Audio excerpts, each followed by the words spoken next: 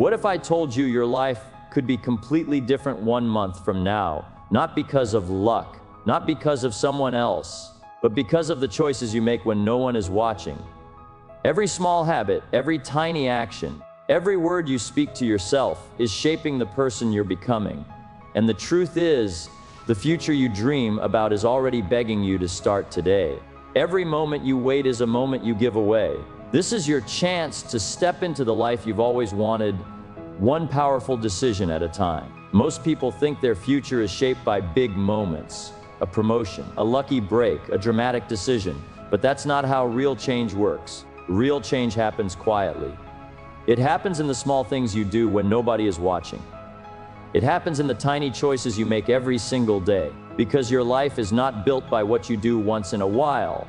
Your life is built by what you do consistently. Think about it. You don't wake up one morning suddenly successful, confident, healthy, or fulfilled. You wake up one morning as the result of thousands of small actions stacked on top of each other. You are not where you are because of one big mistake or one big win. You are where you are because of patterns. And those patterns are called habits. A habit is not just something you do. A habit is something that shapes who you become. Every habit is a vote for the type of person you are turning into. When you choose to move instead of stay lazy, you're voting for strength. When you choose to learn instead of scroll, you're voting for growth. When you choose discipline instead of excuses, you're voting for freedom. And whether you realize it or not, you are voting every single day. People say they want a better life, but they keep repeating the same routines. They want new results with old behaviors. That never works. If you want a new future, you must create new daily actions, not huge ones, not perfect ones, small ones, simple ones, repeatable ones. Because small habits don't feel powerful in the moment, but over time, they become unstoppable. Here's the truth: most people miss. Your habits shape your identity. You don't act like a confident person and then feel confident. You act like a confident person until confidence becomes who you are. You don't wait to feel motivated before you work. You work until motivation becomes your natural state. Action comes first. Identity follows. Every small habit is like planting a seed. You don't see results immediately. You water it, you protect it, you stay patient. And then one day, it breaks through the surface. Most people quit before that moment. They say, "This isn't working." But it is working. It's working beneath the surface. The roots are growing before the fruit appears. Your future is not created by your goals. It is created by your daily standards. What you accept, what you tolerate, what you repeat. That's why tiny changes can create massive transformation. Change how you start your day and you change your energy. Change how you talk to yourself and you change your courage. Change how you spend 1 hour and you change your direction. You don't need to overhaul your whole life. You need to upgrade your daily behavior, one better choice at a time, one stronger action at a time, one small promise kept to yourself. Because every time you keep a promise to yourself, your self-respect grows. And when self-respect grows, your life expands with it. Imagine what happens if you improve just one habit this month, not 10, not 20, just one. You wake up earlier, you move your body, you read 10 minutes a day, you stop quitting on yourself. That one habit will affect your mood. Your mood will affect your decisions. Your decisions will affect your direction. And your direction will determine your destiny. This is why small habits shape massive futures. They control your focus. They control your energy. They control your identity. And identity controls everything. You don't rise to the level of your dreams. You fall to the level of your systems. And when your systems improve, your entire life begins to rise with them. You are not stuck because you lack potential. You are stuck because your habits are pulling you backward. Change the habits, and you change the pull. Change the pull, and you change the path. And once the path changes, the future cannot stay the same. Most people run from discipline because they think it means restriction. They think it means pain. They think it means giving up what they want. But discipline is not punishment. Discipline is power. Discipline is the ability to choose what you want most over what you want now. And the moment you understand that, your entire relationship with effort changes. Look around and you'll see it everywhere.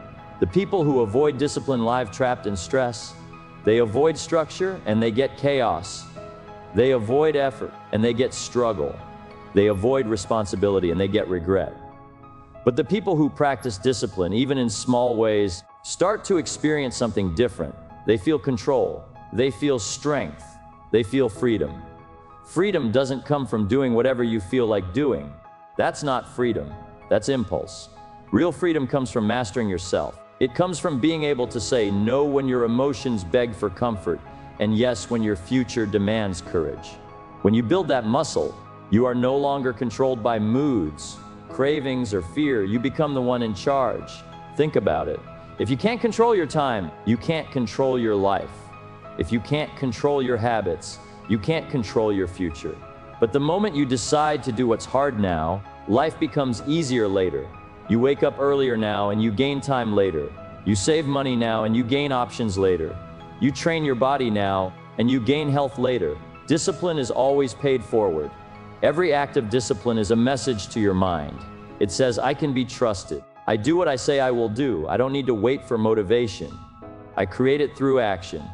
And when your mind starts believing that, confidence rises automatically. Not because you won, but because you kept your word. Most people wait until they feel ready. Ready is a lie. Ready is just fear in comfortable clothing. Discipline is what moves you forward when you don't feel ready. It's what gets you up when excuses feel logical. It's what builds strength when nobody is clapping. And that strength becomes the foundation of everything else you build. You don't need massive discipline. You need consistent discipline. One decision at a time, one moment at a time. Drink the water instead of the soda. Start the task instead of scrolling. Go to bed on time instead of giving in. These are not small acts. These are identity shifts. Each one is teaching your nervous system that you are becoming someone who leads instead of follows. The irony is this: the more disciplined you become, the less effort it takes to stay disciplined. At first it feels heavy. At first it feels unnatural. But repetition turns effort into habit, and habit turns struggle into structure, and structure turns stress into stability. That's when life begins to feel lighter, not heavier. People say they want freedom. They want financial freedom, emotional freedom, time freedom. But freedom has a price. And that price is discipline. You pay it daily in small coins of effort, or you pay it later in large bills of regret. There is no third option. Discipline is not about perfection.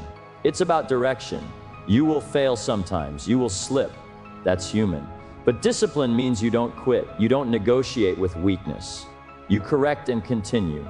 And every time you do, you strengthen the part of you that refuses to stay small. When you practice discipline today, you are protecting your future. You are reducing future stress. You are building future confidence. You are creating future choice. Because the most powerful form of freedom is the ability to choose your response to life instead of being ruled by it. And once you experience that level of control, you'll realize discipline was never the enemy. It was the door. Most people are waiting for confidence before they act. They say, when I feel ready, then I'll start. When I believe in myself, then I'll try. When I'm more confident, then I'll change. But that's backward. Confidence is not the cause of action. Action is the cause of confidence. You don't become someone new by thinking about it. You become someone new by doing something different. Your identity is not fixed. It's not something you were born with and can never change. Your identity is built from evidence. Every action you take is telling your brain who you are. When you show up, your brain says, I'm the kind of person who shows up. When you quit, your brain says, I'm the kind of person who quits. You are training yourself every day, whether you mean to or not. Think about it. You don't suddenly wake up believing you are disciplined. You become disciplined after you act disciplined. You don't suddenly wake up believing you are strong. You become strong after you lift something heavy. You don't suddenly wake up believing you are confident. You become confident after you do things that require courage. Behavior creates belief. This is why waiting for motivation is so dangerous. Motivation is emotional. It comes and goes. Identity is structural. It stays. If you build your life on how you feel, you will always be unstable. But if you build your life on what you do, your feelings eventually fall in line. The mind follows the body. The story follows the action. Every time you take a new action, you are rewriting your self-image. The problem is most people keep reinforcing the old story. They keep acting like the old version of themselves and wondering why the new version never shows up. You cannot keep practicing the habits of who you were and expect to become who you want to be. Something has to change first, and that something is behavior. There is a moment when you feel like a fraud, when you act confident before you feel confident, when you speak up before you feel worthy, when you start before you feel ready. That moment is not a lie. That moment is growth. That moment is the gap between the old identity and the new one. And the only way across that gap is action. Your nervous system learns through experience, not intention. You can tell yourself all day that you are capable, but until you prove it with action, your body will not believe you. Proof is what builds certainty, and proof only comes from movement, from trying, from risking, from doing the thing that scares you just enough to expand you. Small actions create big shifts in identity. You go for a walk when you didn't feel like it, and suddenly you are someone who takes care of yourself. You speak up once when you would normally stay quiet, and suddenly you are someone who has a voice. You keep a promise to yourself, and suddenly you are someone who can be trusted. These moments look small from the outside, but inside, they are changing the way you see yourself. And once identity changes, behavior becomes easier. You no longer say, "I'm trying to work out." You say, "I work out." You no longer say, "I hope I can do this." You say, "This is what I do." The language changes because the self-image changes. And when the self-image changes, the future changes automatically. Most people think transformation is emotional. It's not. It's procedural. You don't wait to feel like a new person. You act like a new person until your mind accepts it. Repetition creates recognition.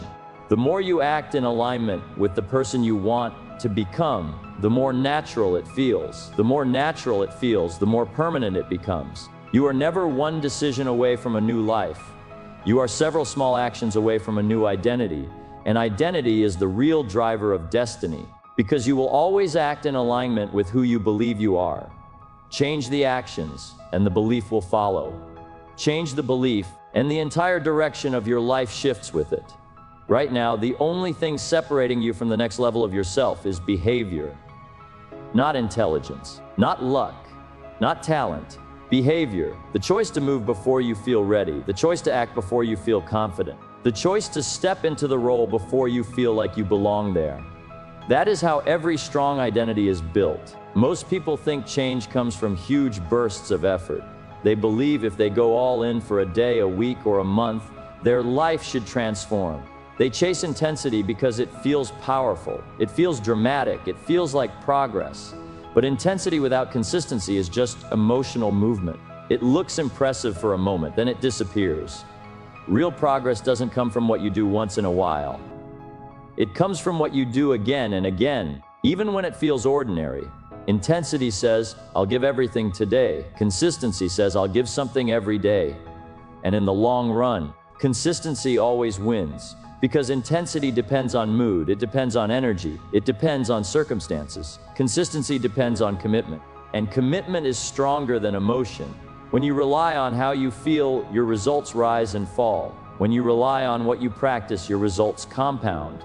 Think about how habits are built. No one becomes strong by lifting a heavy weight once. No one becomes skilled by practicing one time. No one becomes confident by trying one bold action and then stopping. Strength comes from repetition.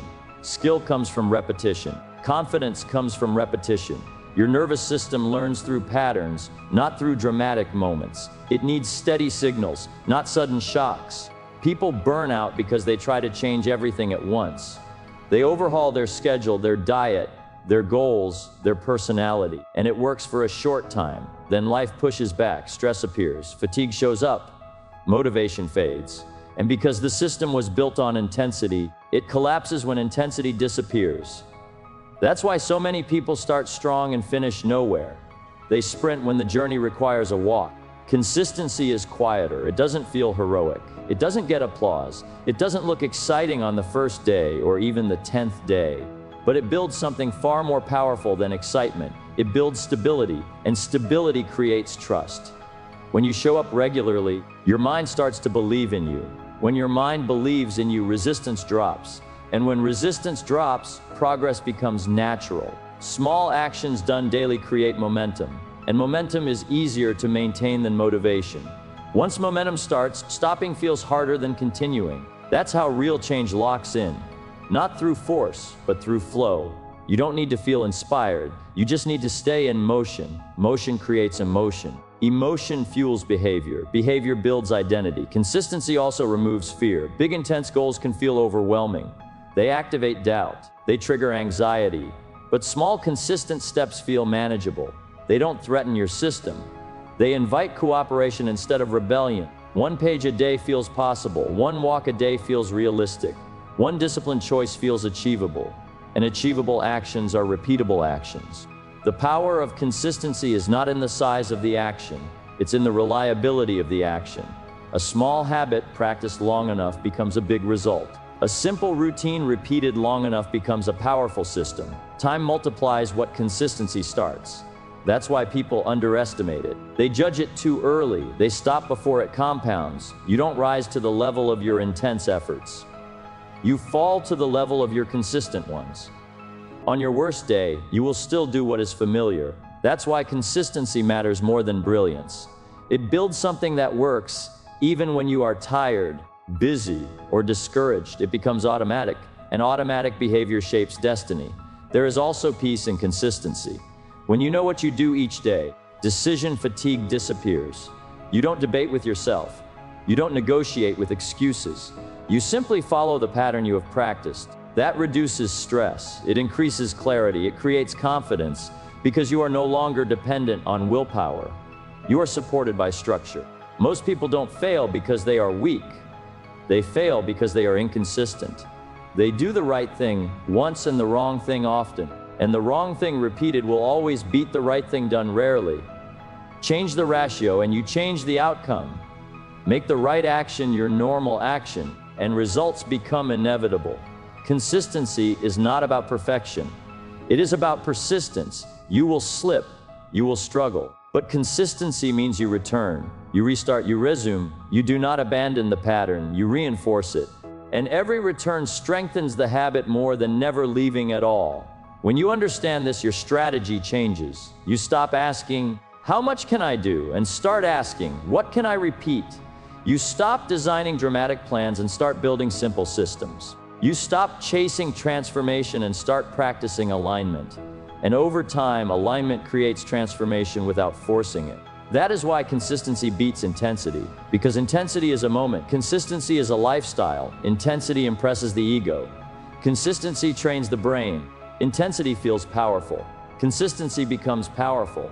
And what becomes powerful eventually becomes permanent. Most people believe their behavior comes from their willpower. They think success is about trying harder, pushing more, and forcing themselves to do what they don't feel like doing. But willpower is fragile. It runs out when you are tired, stressed, or overwhelmed. What really controls your behavior is not your motivation. It's your environment, the space you live in, the people around you, the cues you see every day. These things quietly shape what you do without asking for permission. Look at your surroundings, your room, your desk, your phone, your calendar. They are constantly sending you instructions. If junk food is visible, you eat it.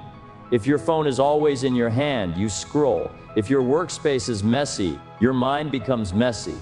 You may think you are making conscious choices, but most of the time, your environment is making them for you. This is why so many people struggle even when they want to change. They try to build new habits inside the same old setting. They want focus in a place designed for distraction. They want discipline in a space built for comfort. They want growth while surrounded by signals that pull them backward. That's like trying to swim upstream while holding a weight. The environment always wins in the long run. Your brain is a pattern recognition machine. It reacts to what it sees, hears, and feels. When you walk into a room, your nervous system already knows what usually happens there. If you sleep in a place where you scroll at night, your brain connects bed with phone. If you work in a place where you watch videos, your brain connects desk with entertainment. Over time, these connections become automatic. You don't decide, you react. If you want to change your behavior, you must change what you are surrounded by. Remove the cues that trigger bad habits. Add the cues that invite good ones. Put the book where the phone used to be. Put the water where the soda was. Put your goals where your excuses used to live. These are not small changes. They are invisible forces shaping your daily actions. Your environment also includes people.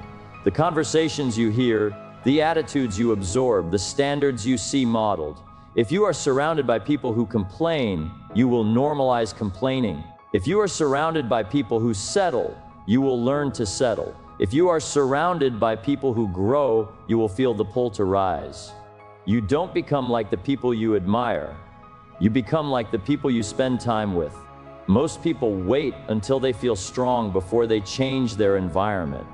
That's backward. You change your environment to become strong. You don't rely on discipline in a chaotic space. You design a space that supports discipline. You don't depend on motivation in a toxic circle.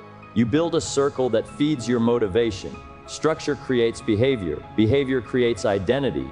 When your environment supports your goals, progress feels easier. Not because you are better, but because resistance is lower. You don't fight temptation as much because it's not always in front of you.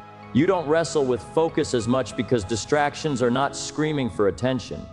Your energy stops leaking and it starts flowing in the direction you choose.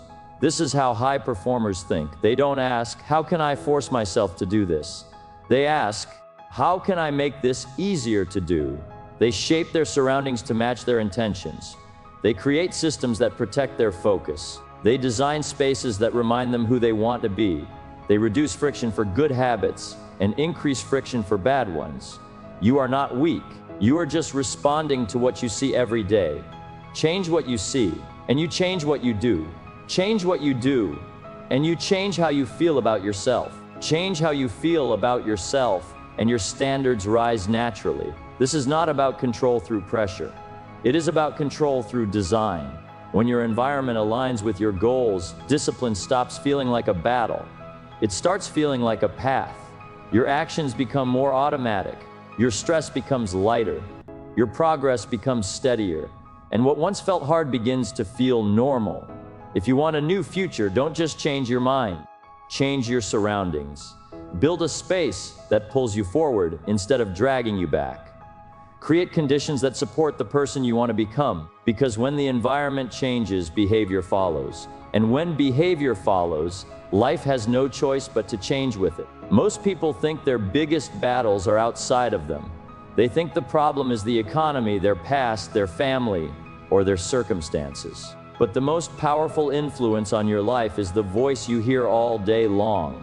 The one that speaks when no one else is around. The one that comments on every mistake, every risk, every dream. That voice is shaping your emotions, your decisions, and your future, whether you are aware of it or not. You never rise above the language you use about yourself. Your brain believes what you tell it repeatedly. If you say you are tired, it looks for reasons to feel weak. If you say you are stuck, it looks for proof that you cannot move. If you say you are capable, it searches for ways to confirm that too. The mind does not argue with repetition. It accepts it. Every word you use is a command to your nervous system. When you say something long enough, your body responds as if it is true. Your posture changes, your breathing changes, your energy shifts. And once your state changes, your behavior changes with it. You do not act based on reality. You act based on how you interpret reality. And that interpretation is built from the words you use. Most people speak to themselves in ways they would never speak to someone they love.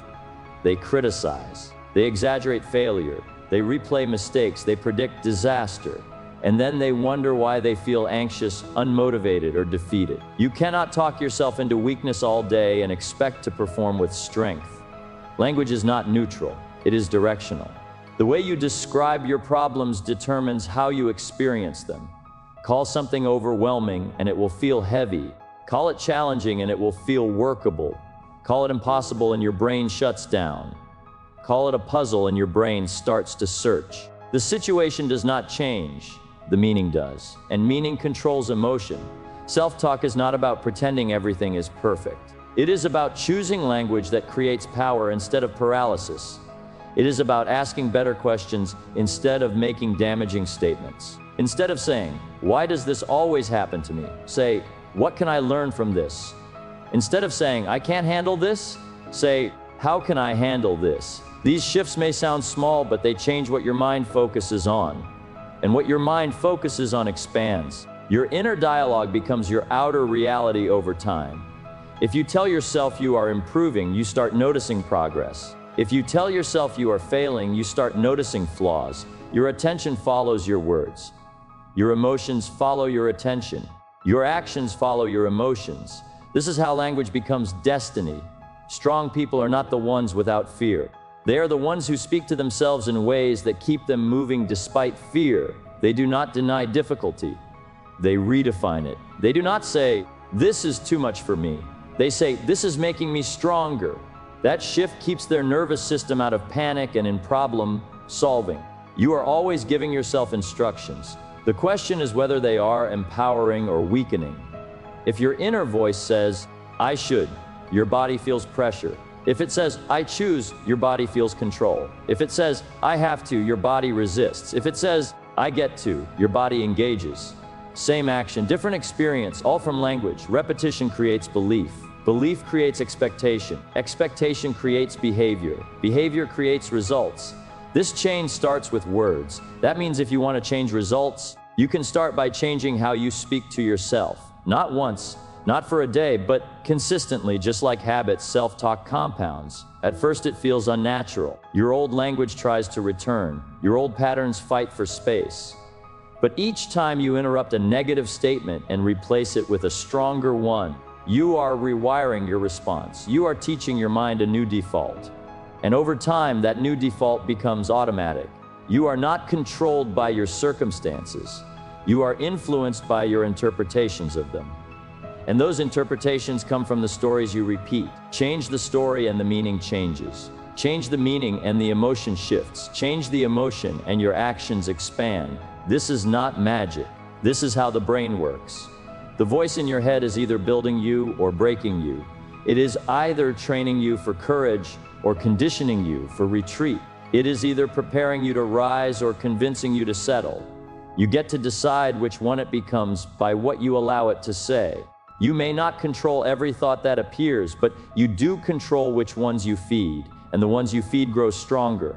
Over time, they become the lens through which you see yourself and your life. When that lens changes, your path changes with it. Most people think growth should feel good.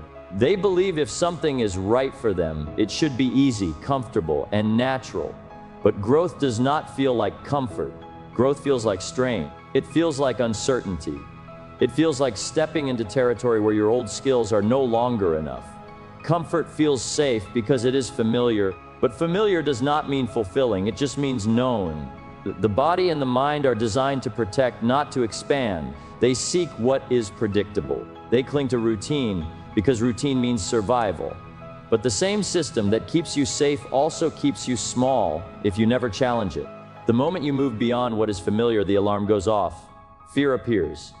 Doubt shows up. Resistance speaks. Not because something is wrong, but because something is changing. Discomfort is not a signal to stop. It is a signal that you are stretching beyond your current identity. Muscles only grow when they are stressed. Skills only improve when they are challenged. Confidence only develops when you face something you are not sure you can handle. Without pressure, there is no expansion. Without challenge, there is no upgrade. Most people interpret discomfort as danger. They assume if it feels hard, it must be wrong. But the hardest moments are often the ones that shape you the most. The conversation you are afraid to have, the habit you are afraid to start, the role you are afraid to step into. These are the edges of your growth. Avoiding them keeps your life predictable. Facing them makes your life powerful. Comfort creates repetition. Discomfort creates evolution. When you stay comfortable, you repeat the same actions, the same thoughts, the same reactions. And repetition without challenge creates stagnation. You do not become more capable by staying where you already know how to operate. You become more capable by stepping into what demands more from you. The mind always looks for reasons to return to comfort. It will say you are not ready. It will say now is not the time. It will say you should wait until you feel more confident. But confidence is not the prerequisite for discomfort. Discomfort is the prerequisite for confidence. You do not wait until you feel strong to lift something heavy. You lift something heavy to become strong. Every level of your life has a comfort zone, a way of thinking, a way of acting, a way of seeing yourself. And every level has a ceiling that can only be broken by discomfort. If you want a new standard, you must be willing to feel unfamiliar. If you want a new result, you must be willing to do what you have not done. If you want a new identity, you must be willing to leave the old one behind. Discomfort also teaches you resilience. When you face what is hard and survive it, your nervous system learns that challenge is not fatal. It learns that stress can be managed. It learns that effort can be sustained. And once it learns that, fear loses its control. The unknown becomes less threatening because you have proof that you can handle it. This is why people who grow do not wait for perfect conditions. They move while things are uncertain. They take action while they are nervous. They practice when they are not confident yet. They treat discomfort as training, not as a threat. Over time, what once felt intimidating becomes normal, and what once felt normal becomes too small. The path of least resistance is always comfort, but the path of highest reward is always growth. One leads to familiarity, the other leads to capability. One keeps you safe, the other makes you strong. You get to choose which one you practice. Discomfort is temporary, expansion is permanent. The fear you feel before taking a risk lasts minutes. The strength you gain from taking it lasts years. The awkwardness you feel when learning something new fades. The skill you gain stays. The courage you build remains even when the situation changes. Most limits are emotional, not physical. They are created by the desire to avoid discomfort. Once you stop running from that feeling and start using it as a signal, your life changes. You begin to see challenge as a doorway instead of a wall. You begin to recognize resistance as a sign of importance instead of danger. You do not grow by avoiding what is hard.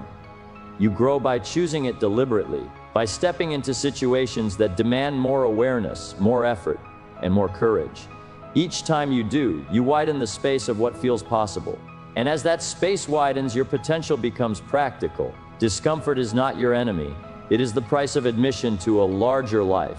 Most people underestimate what a short period of focused effort can do.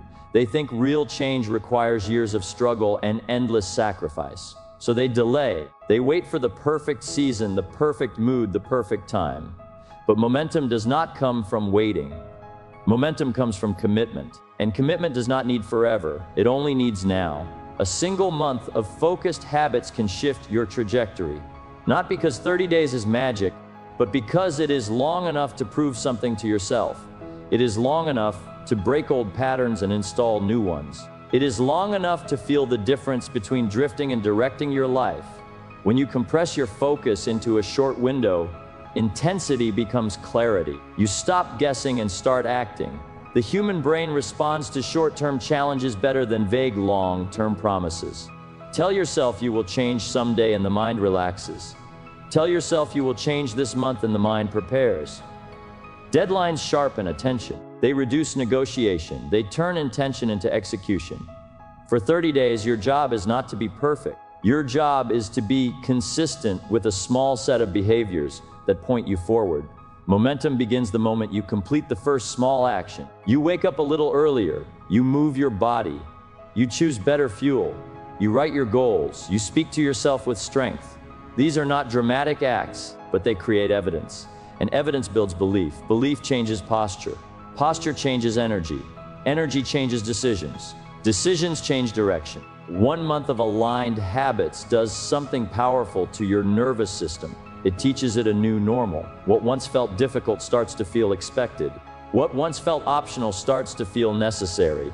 You begin to identify with the actions you repeat.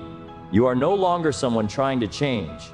You are someone who has changed their routine. That shift in identity is the real breakthrough.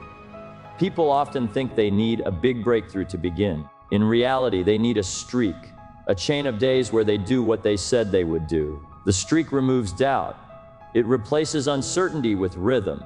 When you see yourself keeping promises, trust grows. When trust grows, ambition feels safer. And when ambition feels safe, you aim higher without forcing it. A month of focus also exposes what matters. Distractions lose their grip when your time has a purpose. You start to notice where energy leaks. You become aware of what helps and what hurts. Awareness brings choice. Choice brings power. This is how habits stop being chores and start becoming tools. You do not need to change everything at once. You need to align a few key behaviors with the future you want.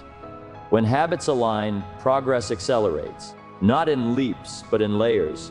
Each day adds a thin layer of strength, clarity, and confidence. After 30 days, those layers are thick enough to be felt. The greatest risk is not failing in 30 days. The greatest risk is never committing to a focused window at all. Without a defined season of effort, goals remain abstract. With a defined season, goals become daily tasks. Tasks become actions. Actions become results. A month of discipline is not about pressure. It is about protection. It protects your future from drifting. It protects your confidence from eroding. It protects your time from being consumed by habits that do not serve you. You are not forcing a new life into existence. You are rehearsing it. Momentum is fragile at the start, but powerful once moving. The first week feels heavy. The second week feels clearer. The third week feels structured. The fourth week feels like identity, and identity is what carries you beyond the month. You do not need to predict the next year. You only need to commit to the next 30 days.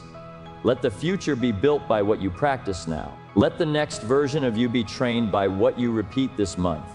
Direction does not require perfection.